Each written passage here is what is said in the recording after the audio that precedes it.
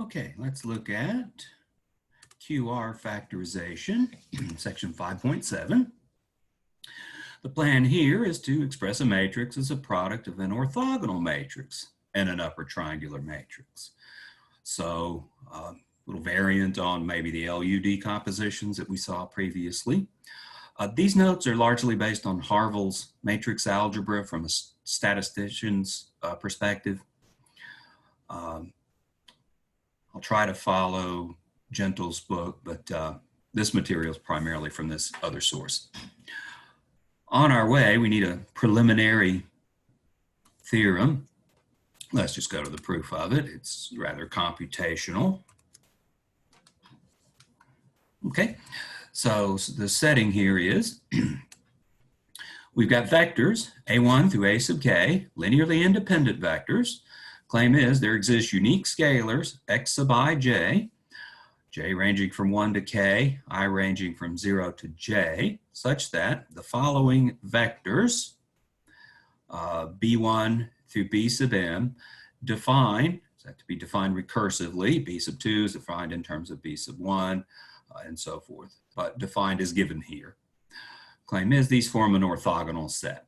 The vectors b1 through b sub k are non-zero, and the x sub ij's, the coefficients, are given by inner product of a sub j with b sub I divided by an inner product of b sub I with itself.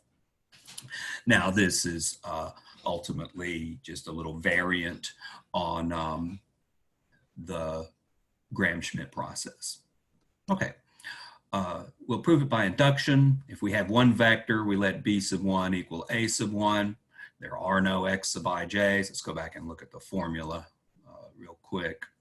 So we'll have b1 equals a1. We're claiming that the vectors, the b vectors, are non-zero and orthogonal. Well, certainly that's the case when we have a single vector.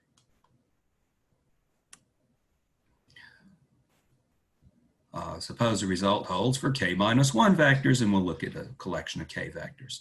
So the assumption comes to us then as the induction hypothesis that there's unique x sub ij for j between 1 and k minus 1, and 0 and I between 0 and j, such that the first k minus 1 of these vectors, defined as given above, form an orthogonal set of non-zero vectors. Okay, so we take b sub k, defined as according to the pattern established in the theorem. We need to show then that b sub k itself is non-zero. The coefficients, the x sub ij's, are as claimed, and we get the orthogonality condition. Okay, so if we take for I between 0 and j, take b sub k, the inner product of b sub k with b sub I, so we're trying to establish the orthogonality condition over a range of values of I. Substitute in for b sub k, so here's how b sub k would be defined in terms of an a sub k, and the double subscripted x's, so those are ultimately going to end up in a matrix. Take the inner product of b sub k as written here with b sub I, use the various linearity properties of inner products, and we can expand that into this type of inner product. Okay, well, we've got orthogonality established with the k minus 1, the vectors b1 through b sub k minus 1. So lots and lots of these inner products produce zeros out, and we're ultimately left with the inner product of a sub k with b sub I, and the inner product of b sub I with itself, and it has this coefficient x sub I, comma k. So we've got b sub k inner product with b sub I. We've got this equal to 0 if and only if this quantity equals 0. Now, the b sub i's are non-zero by the induction hypothesis for appropriate restrictions on the i's.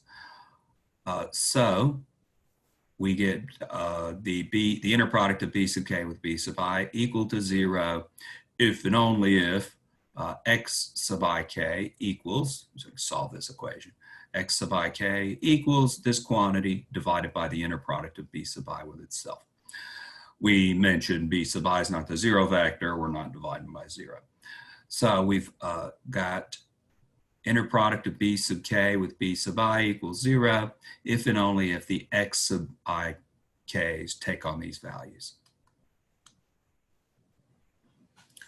So scalars x sub ij, including j equals k, take on the values they should. I mean, we knew the previous ones did by the induction hypothesis. The x sub ik takes on the value it should as an inner product of a sub k with b sub I over inner product of b sub I with itself. That's how we had computed the double subscripted x's. It holds for k by induction. That formula holds for, by induction, what do I want to say here? Holds for all k. K or m we were inducting on. We've got the result by induction in terms of the values of the double subscripted x's. Now we still need to make sure that that b sub k vector is non-zero. Okay, we had b sub 1, b sub 2 through b sub k expressed in terms of these other vectors. Let's actually look back at that.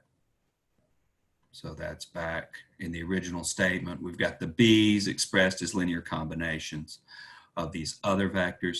Notice there's a coefficient of 1 in front of each of the a's, so that's the property we're using. Remember that a's are a linearly independent set of vectors. Back to where we were. We've got b1 in terms of a1. The coefficient of a1 is a 1. We've got b2 in terms of a2 and a1. Coefficient on a2 is a 1. And so forth. We get b sub k in terms of a1 through a sub k with a coefficient of 1 on the a sub k. The a vectors were given to be linearly independent. The a vectors are linearly independent. So we've got b sub k with a coefficient of 1 on this a sub k, and then we got this other stuff over here. That's not a zero vector. I could have an a sub k and then add other things to it. Won't give you the zero vector. This collection of vectors is linearly independent. So we've got the x, the double subscripted x's, let me call them, as they should be, and we've got linear independence of those vectors. B, we've shown this, it was m we were inducting on. For m equals k, so we've got the result for all m. That was a number of vectors we had defined, I think it was. But induction gives us the result. Back to the notes. Yeah, m was the number of vectors we were dealing with down here. So we're going to use that to present a preliminary type of factorization that we'll use in the development of QR factorization. Remember, the plan is was it upper triangular for R, and Q was an orthogonal matrix. Okay, so we're on our way. The next result is going to give us an upper triangular matrix. We're not getting an orthogonal matrix, but we're getting close. So theorem 5.7.b, the bulk of the work has been done in that previous result. It says let matrix A be an n by m matrix of full column rank. Z equals rank m, in which case n has to be greater than or equal to m. Dimensional constraints, think in terms of locations of pivots.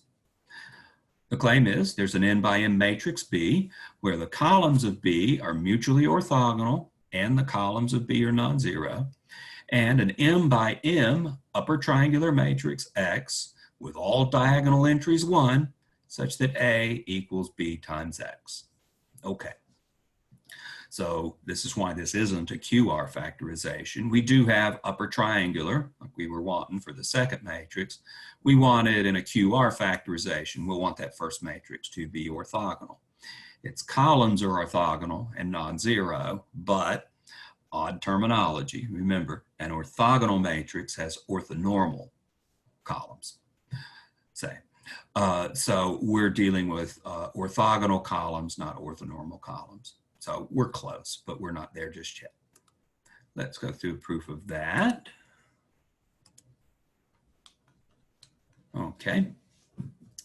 So introduce A1 through A sub m to represent the columns of matrix A. A is assumed to be a full column rank, so that's a collection of linearly independent column vectors. And define the column vectors B the way we did in the previous result. So do this recursive type definition where the double subscripted x's, next slide, are given by the appropriate inner products. All right, we can say then, based on the previous result, these new vectors, the B1 through B sub m vectors, they're mutually orthogonal and they're non-zero. That was the claim of the previous theorem. So what we're going to do, I'm going to go back and look again, is we're going to solve those equations for the vectors A. So let me go back a page. We had the B's expressed in terms of A's and other B's. So that's a recursive definition. We're just going to rearrange this and solve for the A column vectors. We get A1 equals B1, do some rearranging, A2 in terms of B1 and B2, and so forth. In general, we get A sub j in terms of B sub j and some linear combination of preceding subscripted B's. So here's what we're dealing with in terms of the relationship between the A's and the B's. The X sub ij's were as chosen earlier. So they're those particular inner products. We're going to define an n by m matrix B. We'll look back at the previous slide to make sure this makes sense. With columns as B1 through B sub m, and define m by m matrix X, where the ij entry is the X sub ij's. All right, let's go back. So I want to look at this as a matrix product.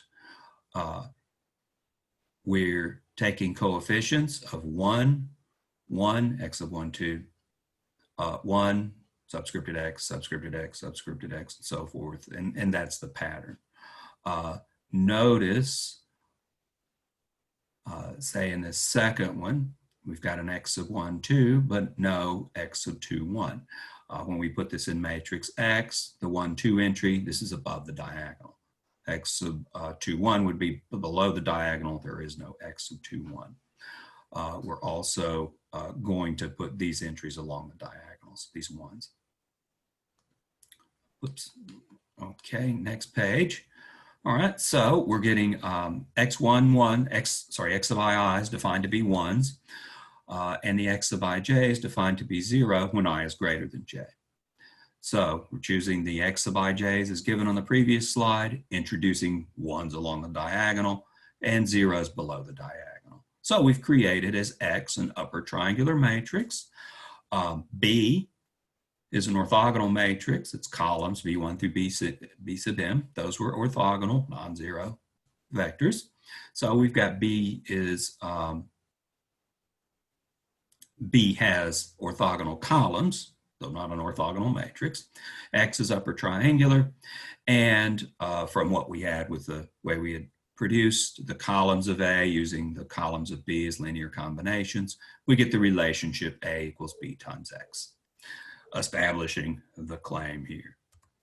So where we stand in our quest for a QR factorization is upper triangular, orthogonal columns, but not orthonormal columns. Well, that's easy enough to fix. Let A be an n by m matrix, a full column rank as we had above. The claim is first that there's a unique factorization of A in the form we had above. So this establishes the factorization, this theorem B. The uniqueness of that factorization is what's to be shown in theorem C. This will be left as an exercise, but it kind of comes down to the way the X sub ij's were chosen and how the column vectors B were chosen. And we had in the first result, and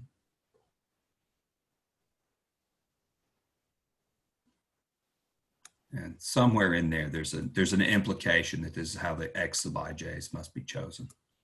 I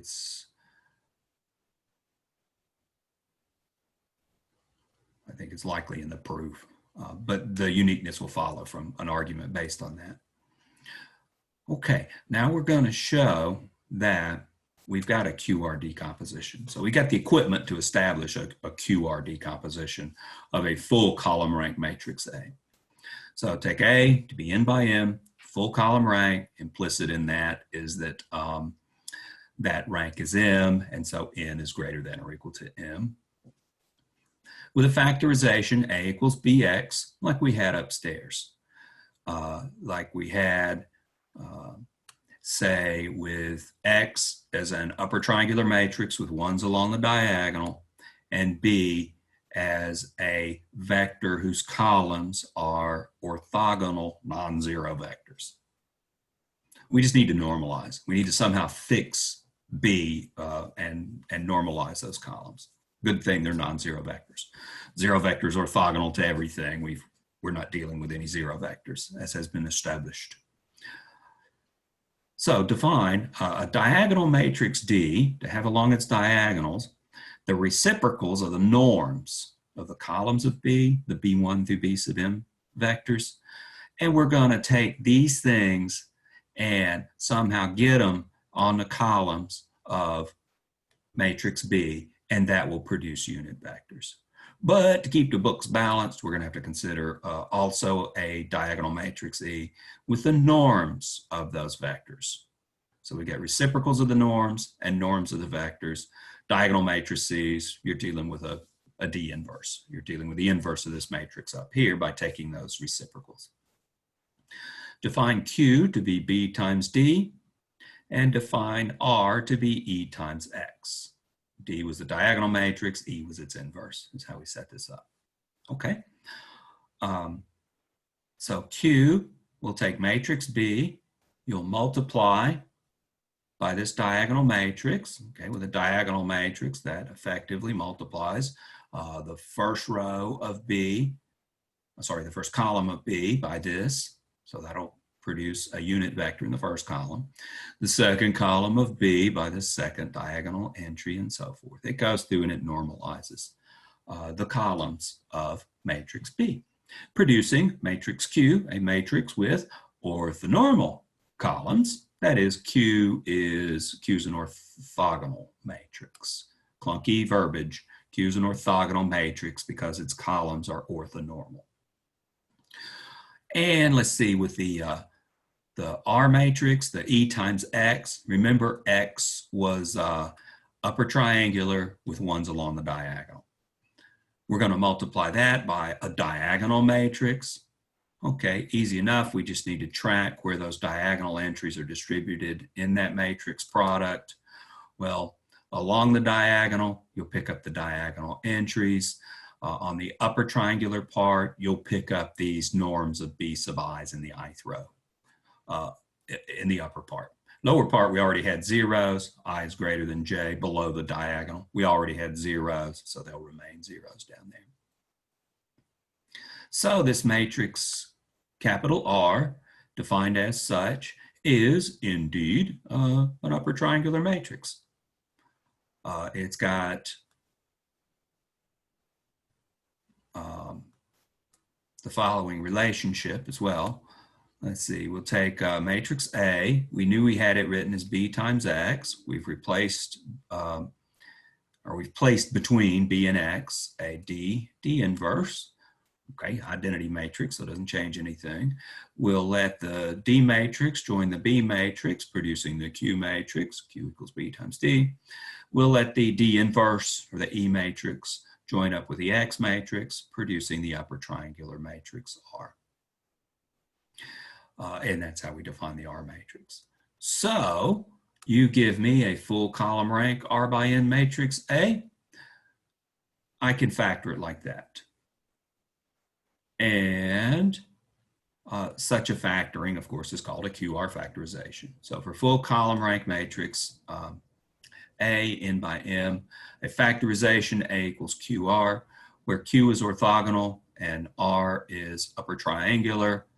Somewhere in there we had with all diagonal entries positive. It was a comment about that. This is called a QR factorization of A.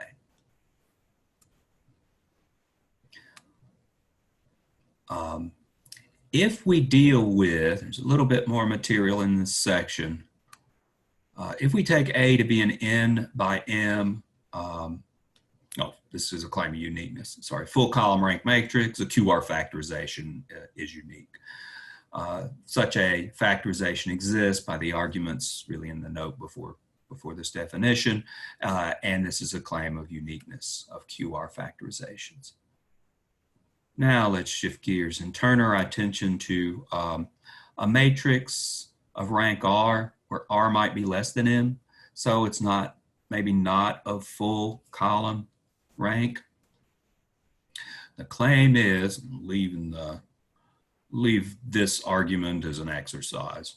I didn't have time to go through and make out a proof of it. A is an N by M matrix of rank R, R being less than or equal to M. Claim is there is a factorization, A equals Q sub 1 times R sub 1, where Q sub 1 is an N by R matrix with orthonormal columns, so orthogonal matrix.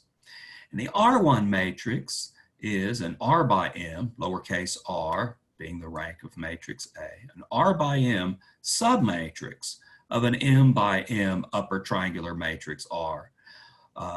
So square matrix R, but this is some submatrix of it. So it's matrix R1 follows from matrix R by eliminating some rows and some columns. That's what we meant by submatrix. And this R1 matrix, let's see, submatrix of upper triangular matrix R having R positive diagonal elements and M minus R rows of zeros. So that's what we eliminated to produce matrix R1. So it's a type of QR factorization. It's a bit clunkier when dealing with a non-full column rank matrix. Gentle refers to this type of decomposition or factorization as a skinny QR factorization. Full disclosure, I couldn't really tell what Gentle was trying to describe on pages 189 and 190. So I leave our conversation for QR factorizations of non-full rank matrices. I'm going to leave it at this theorem 5.7.e, another result out of the Harville book. And that will do for our presentation of QR factorizations. I think we got one type of factorization left in section 5.9. So we got one more factorization left to consider for, I think it's non-negative definite matrices, and then we'll pretty much be done. Have a nice day.